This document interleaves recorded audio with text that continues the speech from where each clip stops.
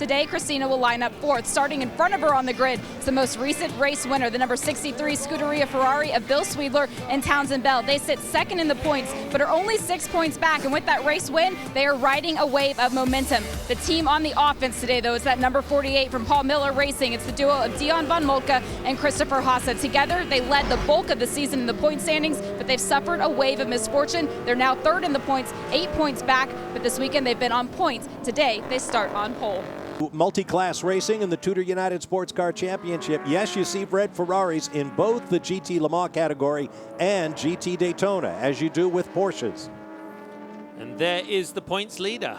The point leader, Christina Nielsen, as Jamie said, really going to try and make history over the next 2 races if she can hold on to her solo points lead. And she has driven incredibly well. That car is running strong. It's you know, everybody in this series now, in this category, is doing their respective jobs very well. I think that's a kudos to the way. Oh! What was the spin there for Patrick Lindsay coming off of turn 11? And Christina Nielsen hasn't been idle since the last round of our championships. He's running another series, had a win and a podium run, so the confidence is high right now. This beautiful Circuit of the Americas racetrack, great sidelines. You could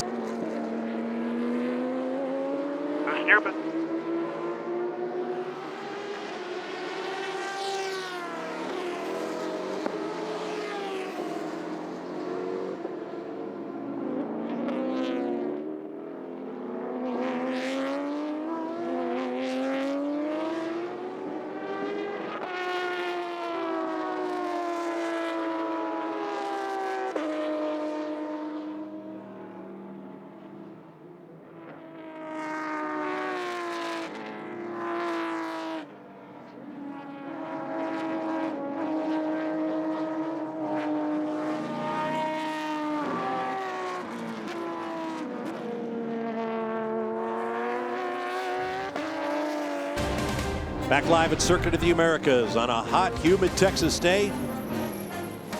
This is the Tudor United Sports Car Championship Lone Star Le Mans, powered by Chevy. Picking up the action of the GT Daytona class. There's the driver championship leader.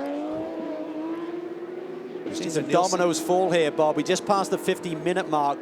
The reason that that's significant is that is the minimum drive time for the silver bronze drivers, the Pro-Am drivers in the GTD class. We saw Bill Sweedler literally at 50 minutes and about 10 seconds got the call, hit pit lane, Bill. The reason you do that is if you get a yellow, you are really in a great position there because everyone else has got to wait for pit lane to open. So that is a great call for those guys, and we expect Kevin Buckler and the TRG group to do the same call here shortly on Christina Nielsen. And when she gets out, she'll be replaced by the reigning GTLM class driver champion, Kuno Whitmer of Canada. When you consider that Christina Nielsen is the current point leader, it's actually pretty remarkable given the amount of experience that she had coming into the championship this season. In 2014, she only ran 4 races. She did the TPNAC. She finished 17th in that championship, so not a whole lot of success. Prior to that, she competed in Petit Le Mans, the GTC category, back in 2013. So then coming into 2015, she said, I just want to gain experience. Being in a position to win a championship right now is not something that she ever expected, and they've decided to hit pit road right now. Brian? 007 drives by down here at the Park Place pits. Spencer Bumpelli, I'm watching a lot of other GTD cars come to pit lane. You guys are staying out right now. Different strategy. How? Thanks, Brian. They talked about how hot it is. Wow, long time here for the Aston Martin to come to life here. Kuno Whitmer, I'm not sure if he's finishing off his belts or whatever, but couldn't get life into that Aston Martin engine immediately. He won here last year in GTLM. Here's a look at our WeatherTech.com weather update. 91 degrees now, 65% humidity, and a very, very light breeze. Not much. I was able to go a lot longer than him on a tank of fuel. So, you know, let's see at the end of the race how it plays out. Talk about how it plays out. The way this race started was with you doing a ceremonial lap in memory of Justin. How special was that for you, him being a part of this team and a good friend of yours? Well, obviously I feel honored, not that it's special to me. This is a celebration, ton of miles on that car, and the reports are good. It's going to add a whole new level of interest and intensity to what will become the WeatherTech Sports Car Championship in 2016. Whitmer here on a slightly different strategies. He leads the GTD class, but I think once we get inside that 50-minute, or right about now, these guys could hit pit lane for the last time and get to the checkered flag here. And off track. Amazing guy. There's the 007 in the hands of Kuno Whitmer, leading GT Daytona. They have made but one pit stop. Can they make it on fuel, or will they need a splash? We'll find out. A little over 35 minutes remaining, and a great battle up front. Rojas, Taylor, and Hand covered by less than 2 seconds.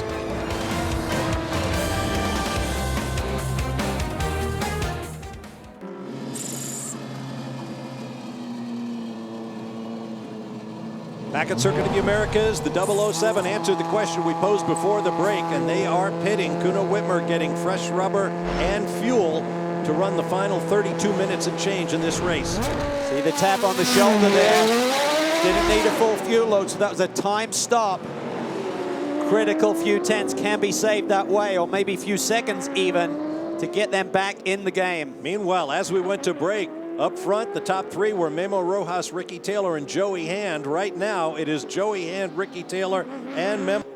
Brian mentioned fuel. I think fuel may be a little bit tight for some of the GTD runners and GTLM. They're certainly at the very extreme of their fuel window, so I'm sure a lot of guys are very cautious about how much fuel they're burning right now. GTD car sliding through the corner. There's Kuno Whitmer, and look at the championship now. Nielsen back up to the top. Kuno Whitmer not there with her because he hasn't co-driven the whole season with her. But TRG AMR has their Aston Martin back on top in class. We'll return. Christina Nielsen came into this weekend leading in GTD, and Kuno, it's your job to help her get to that championship. What was it like there in the ladder going? I know you got out of the car and said, hey, I'm disappointed. Yeah, you know, we've just been chasing our tail all weekend long with the chassis setup. First day, I think we lost a little bit on setup, and then we came back in qualifying. We qualified fourth, and everything was really good. And I think today we didn't anticipate the heat that great, and the car was what we say, a handful to drive. And I just don't think the strategies played in our favor. We tried something that didn't work in our favor, and you know that's motorsports. It works that way sometimes. You certainly know how to get around Road Atlanta. We're going to Petit Le Mans next. 10 hours worth of competition there. What kind of strategy, what kind of mindset do you take there to try to win this championship? Oh, it's definitely the same mindset as here. It's just another event. You know, no risk. Keep the car clean. You know, the car's in one piece right now. If it's an 8th place car today, that's what we did today. We took it home. We brought it in 8th place. But we need to win this championship, and you know, go to Atlanta. It's even grounds. Even grounds. It's going to be a great one at Petit Le Mans, guys.